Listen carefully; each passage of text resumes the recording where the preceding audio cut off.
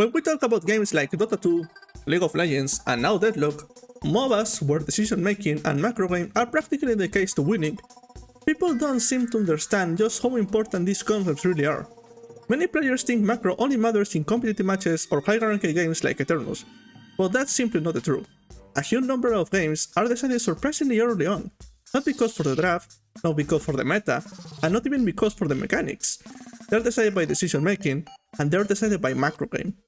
Hello everyone, and welcome back to another Deadlock video. Today, we're going to talk about how decision making can define entire games in the most hilarious and ridiculous way possible. But before we continue, I'd like to mention that only 1% of the people, it's more but I like to be dramatic, watching my videos are actually subscribed. When I saw this statistic, I immediately developed a depression along with 3 additional unknown viruses. So I really appreciate your support with a like and subscription, it helps out a lot. Now, with that out of the way, let's begin. Before we dive deeper into the topic, let's first understand what we are talking about. What exactly is macro game? Simply put, macro is a collection of decisions you make to determine the direction of the game. Things that aren't directly related to mechanics or lane trading. Things like, which route should I take to rotate more efficiently? When should I push? When should I stop pushing? When should I farm boxes or jungle caps? When should I fight? When should I give up an objective? And when should I contest one? Let's look at an example. Take a look at this minimap. Analyze the situation for a second. Blue lane is pushed. One of your teammates picked up the soldier and now it's moving from yellow to green. You're playing silver and you're currently in yellow. One of your teammates is nearby and both of you notices that there is a raid overextended. What do? A. Ignore her and rotate to the soldier, even though your teammate might try to fight her. B. Try to kill the raid together before rotating. C. Take the opportunity to push Blue Walker. Or D. Now, let's break down the results. If you had picked C, unfortunately, your teammate in yellow decides to fight right alone and dies in a 1v1. Red then rotates and stops you pushing blue. Meanwhile, in the orange fight, we come a 4v5. Your team loses the infight and the soldier. The enemy team's economy explodes and now you're in a terrible position. And you may have just thrown the entire game. If you picked B, well, Raid used your teammate to stop her to doing anything, you arrive just in time to save your teammate, but the Raid escapes, so you get no kill, no objective, and now you have lost valuable tempo. While you're chasing the Raid, she is already rotating to the arm. You arrive 5 to 7 seconds late, if not more. The result? A 4v6 situation around the objective. Your team loses the teamfight and your team loses the soldier, the same outcome. Now, if you picked A, congratulations, you choose the safest and most consistent play. You rotate immediately to the soldier. Even if you arrive when the teamfight is already starting, your presence as a silver helps turn into a proper 5v5. Meanwhile, Raid spends additional time fighting Ivy instead of rotating immediately. Your team wins the teamfight, your team secures the soldier, and suddenly the game looks completely different.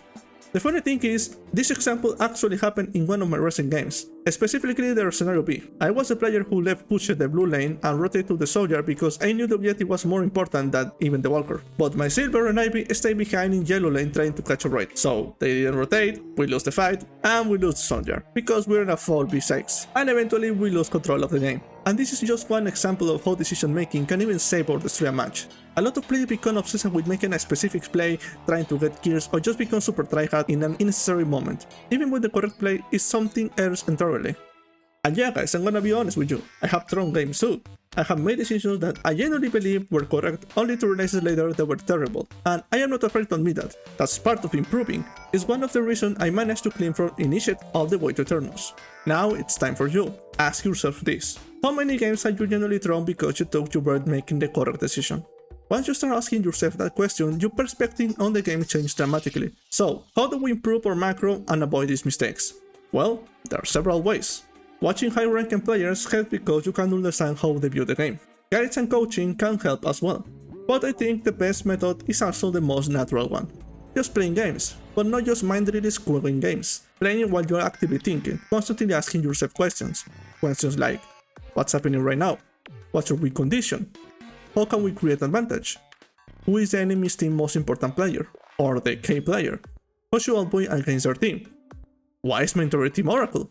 The goal is to force yourself to think about the game while you are playing it, because that's how the real improving happens. Through my entire journey from Initiate 1 to Eternals, one thing becomes very obvious. An absurd number of games are thrown because of a single mistake, or even worse, because players refuse to adapt their builds. And yes, believe it or not, itemization is also part of macro game, because the player who builds specifically to counter the enemy team will always have an advantage over the player who blindly follows a default build every game. And trust me, a lot of people never change their build. They open their guide, buy the same items, and never even look at the shop correctly. If you learn how to adapt your build to the situation, you will notice that not only do you have more impact in your games, but you will also start winning more games consistently. Then comes the obvious question, what should I buy? And more important, when should I buy it? Well, every hero has different ways of dealing with enemy threats.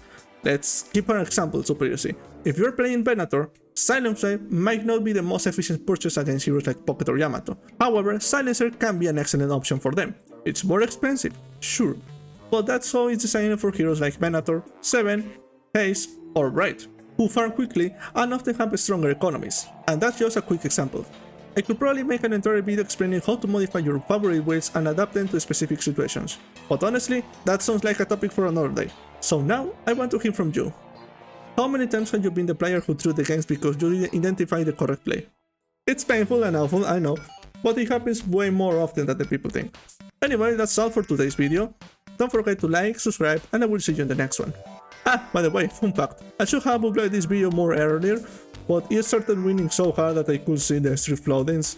It was awful. You might be wondering, then, what happened? Well, basically,